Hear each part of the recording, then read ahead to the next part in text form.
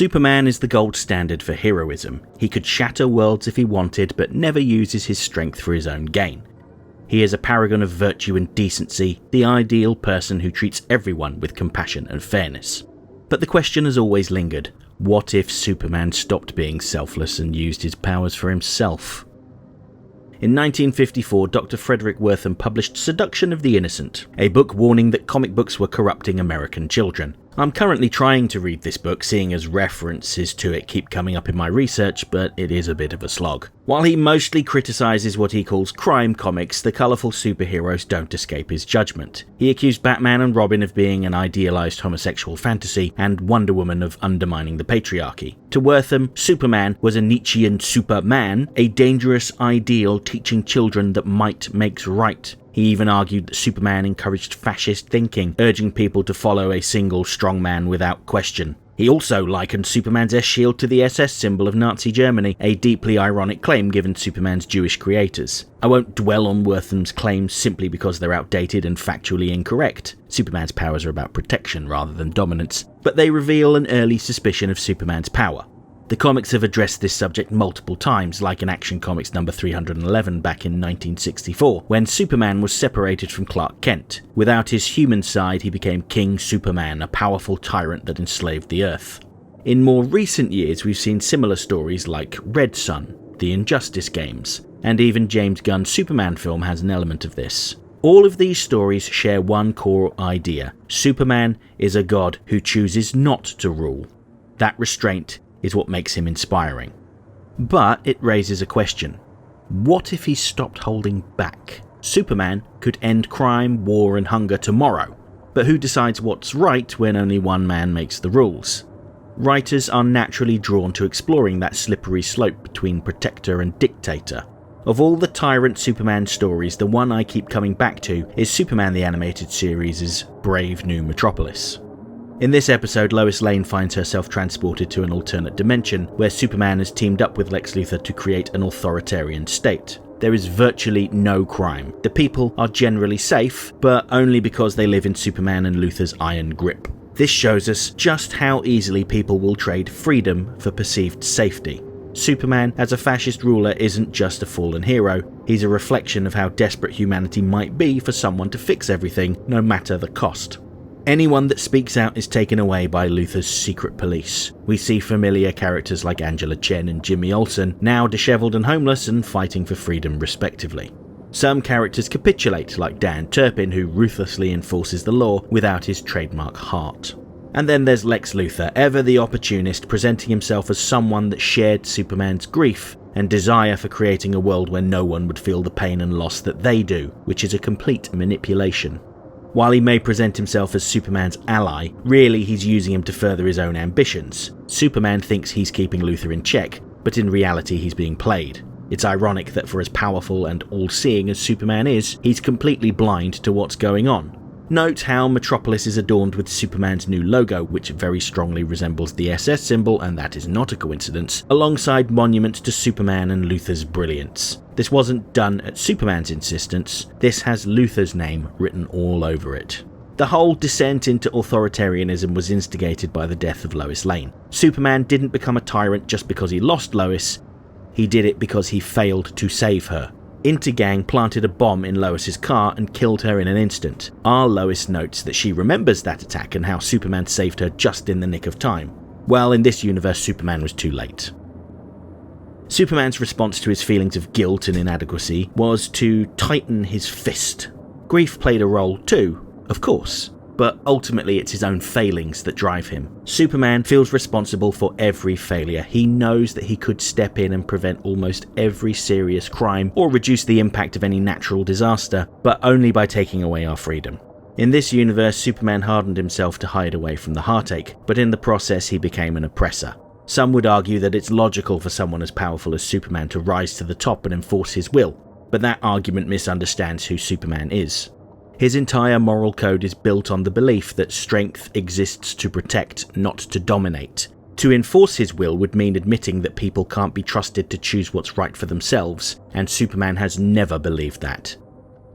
He doesn't want to rule humanity because he doesn't see himself as separate from it. For Superman, being a hero isn't about control, it's about faith that people can be better if given hope, not orders. To be clear, this Superman doesn't become a fascist because he's secretly a tyrant. He becomes one because he lost faith in himself. And this is a tragedy. Superman doesn't want to rule the world, he just wants to live in a world where no one else will have to lose a loved one again. He still thinks he's doing good, which makes him more frightening. He's completely suppressed his human side, putting aside the values the Kents instilled in him. But when he discovers this alternate dimension, Lois Lane running around Metropolis, defying Luthor's rule, the metaphorical scales fall from his eyes. He says that he didn't know that Lex Luthor was rounding up dissidents and putting them in camps. But how could he not know with his super hearing and X-ray vision? And did he ever stop to ask himself why the people were so angry? No, he chose not to know, because willful ignorance is easier than facing reality. When Lois finally reaches him in this alternate timeline, we're reminded that what makes Superman a hero isn't just his powers, it's the people who keep him grounded. Few episodes of the series hammer that theme home with such clarity. Lois Lane is the hero of this episode because she reminds Superman of who he is. Lois doesn't just save the world, she saves Superman from himself, proving that even the strongest man alive needs someone to believe in him. He had argued that the world was safer under his rule, but is that true? People like Jimmy and Angela don't seem to be particularly safe. Jimmy Olsen had always been a bit of a clueless dork, but here he's become radicalized by Superman's takeover. And what of the woman who had her child taken away from her? Whose safety did that ensure? Even Metropolis itself reflects this authoritarian grip. Gone is the bright city of hope, replaced with shadowed streets, towering statues and flags that remind citizens Superman and Luthor are always watching. It's not safety, it's surveillance. So no, the people weren't safer, they were silenced. Fear doesn't create peace, it builds resentment and anger, and this is ultimately why authoritarian regimes never endure. While this Superman is a villain, the real villain is Lex Luthor, who saw the opportunity to exploit Superman to serve his own purposes. Now that he has a Superman that he can control, he can enforce his will on the few people he couldn't just outright buy. Luthor shows himself to be the kind of man he accuses Superman of being, someone who steps on other people he views as less than him, and he meets a suitably undignified end, crashing his escape vehicle into one of his statues, destroyed by his own ego. But don't worry kids, the real Lex Luthor is alive and well. In many ways, I think that Brave New Metropolis is the anti-Superman is boring episode. Alan Burnett and Stan Berkowitz use an alternate universe to prove exactly why the Clark Kent we know, the one who chooses restraint, kindness and hope, is the greatest hero of them all.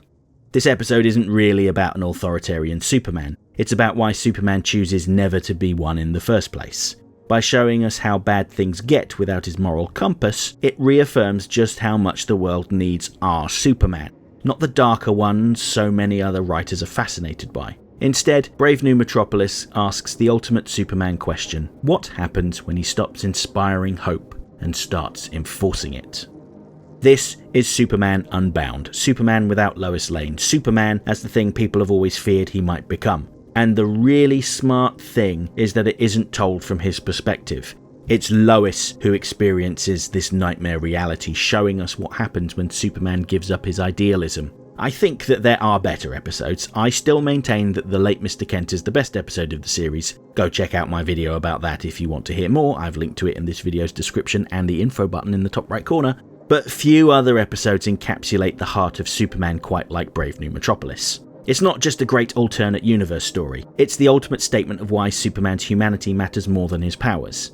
For a show often criticised for being lighter than Batman's, this episode proves Estas could deliver drama that was just as weighty, and maybe even more affecting because of how rare it was. Other episodes may have better fights, higher stakes, or tighter plots, but few cut this deep. Brave New Metropolis isn't just an alternate universe story, it shows us exactly how fragile Superman's heroism is, and how much of it depends on hope, compassion, and human connection. Without Lois, without love, without his humanity, he becomes something unrecognisable, and that truth makes the Superman we know feel even more heroic when we return to him. What makes Superman special is not his strength, his speed, or his ability to leap tall buildings in a single bound. What makes him special is that he chooses every single day to care. He chooses not to rule us even though he could. He sees himself as one of us, not above us. And that's why Brave New Metropolis lingers in my mind above all other Tyrant Superman stories. The Brave New Metropolis Superman isn't evil. He's not stupid. He's hurt. The episode forces us to imagine a world where Superman stops being the paragon of virtue, and in doing so it reminds us how extraordinary it is that he chooses to be good.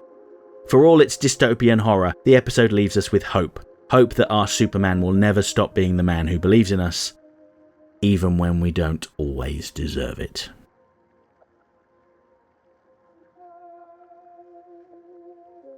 Okay, that's it for this week's essay. If you liked the video, don't forget to like, share, subscribe, leave a comment, tell all your friends about me. You know how YouTube works. If you really enjoyed the video and have the means, please consider making use of the thanks button to send a buck or two my way, because every little helps. I offer channel memberships for $1.99 a month. This will get you early access to my weekly video essay, priority responses to your comments, members-only videos, custom emojis, and an icon on your profile indicating that you're one of my people. And special thanks to my channel members. Everyone who was a member at the time of this video's creation is listed on the screen right now. If you want to see your name amongst all these wonderful people, join the channel now.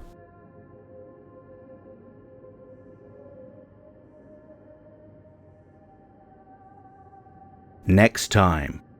I'll be back on Friday to talk about an unexpected guest star in Batman the Animated Series. She is the Mistress of Magic, the Princess of Prestidigitation, Zatanna Zatara. And then next Monday I want to discuss one of my favourite episodes of Batman the Animated Series, Almost Got Him, where Gotham's worst trade stories about how they almost did in the Batman with an unexpected twist. Hope to see you then.